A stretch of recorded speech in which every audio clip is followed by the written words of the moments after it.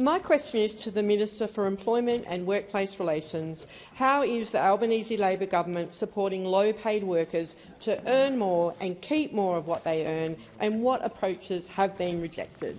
The call to the Minister for Employment, Workplace Relations and the Minister for the Arts. Thanks, Mr Speaker, and thanks to the member for Gilmore, another member of this place committed to making sure that Australian workers earn more and keep more of what they earn.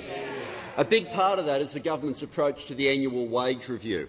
As a result of the approaches that we've taken to the annual wage review over the last two occasions, people on the minimum wage are now earning $110 a week more than they were, and on top of that, they'll get a tax cut of $827.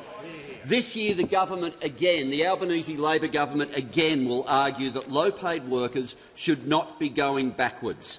Now, that position is not matched by those opposite.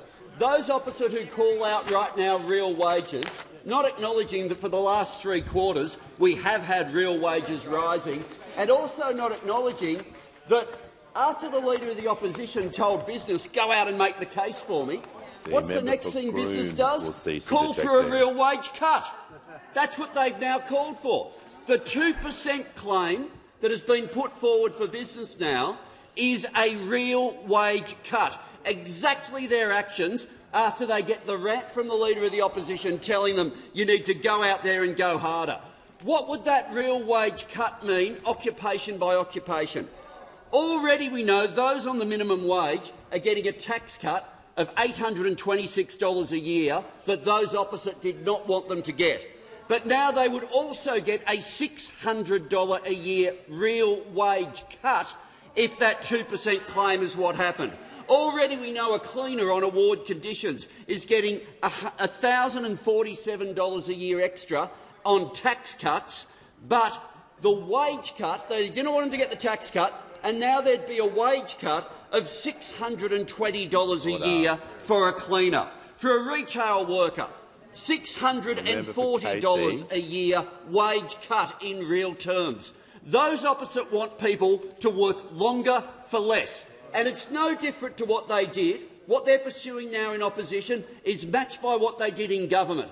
Never once did they argue for a pay rise at the annual wage review. Never once. They had low wages as a deliberate design feature. Now, it's not like they didn't make submissions to the annual wage review. They did. We'll all remember the subheading that was there on one of their submissions, the importance of low-paid work. That's what they argued to the Fair Work Commission, keep wages low. That's what they argue now, to keep wages low. When the member for New England argued that a pay rise would just be window dressing, he was giving the same argument that those opposite one by one believe. They spent a decade keeping wages low, and now, when people are struggling with cost of living, their answer is to cut wages.